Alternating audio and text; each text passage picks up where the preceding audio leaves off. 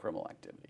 Sure. And so, you know, in terms of how the government has responded to this threat, the right-wing terrorist threat, because there is this perception that most of the government resources, you know, as far as domestic terrorism is concerned, are sort of focused on individuals that are inspired by Al-Qaeda and ISIS, and not enough of that. In fact, you've written an entire book on that.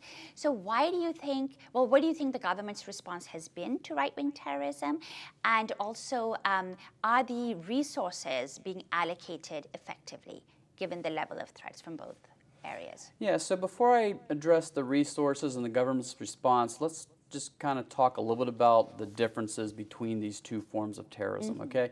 So Al-Qaeda and its affiliates, as well as ISIS, they're known for conducting, you know, mass casualty producing attacks, coordinated attacks where you have multiple attacks being conducted simultaneously, like we saw in Paris. So the threat is a little different. It's when they do come out and strike, they're striking at a large number of people. They tend to target innocent civilians.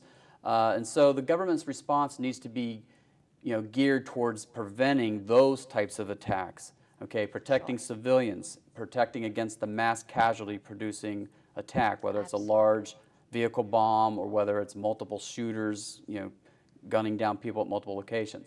Domestic terrorism, as I said earlier, is more small in scale. We tend to see them target ethnic communities rather than innocent civilians, or they may target government officials.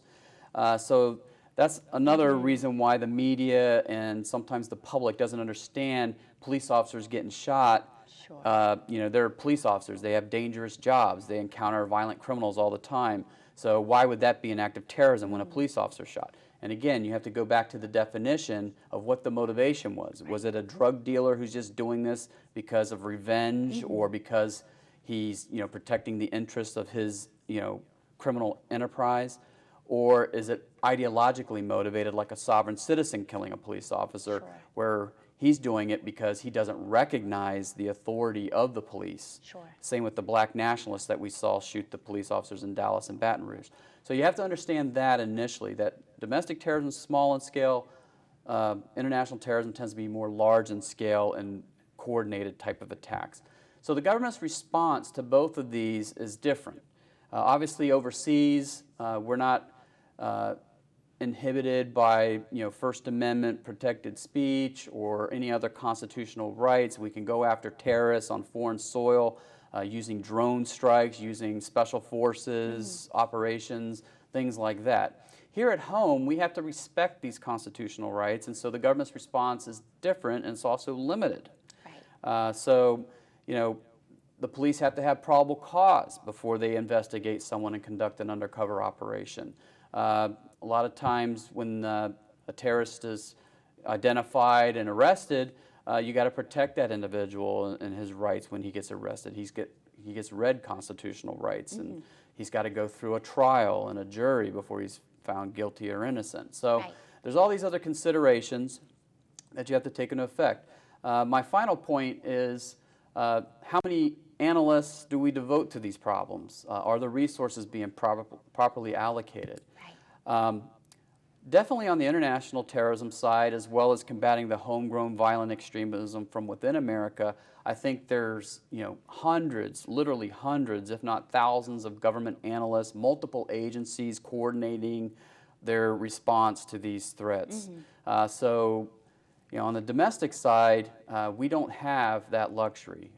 Basically, we have the FBI, and before my unit was disbanded, we had Homeland Security. We were the only two government agencies that were looking at the non-Islamic terrorist threat in America. Now you just have the FBI.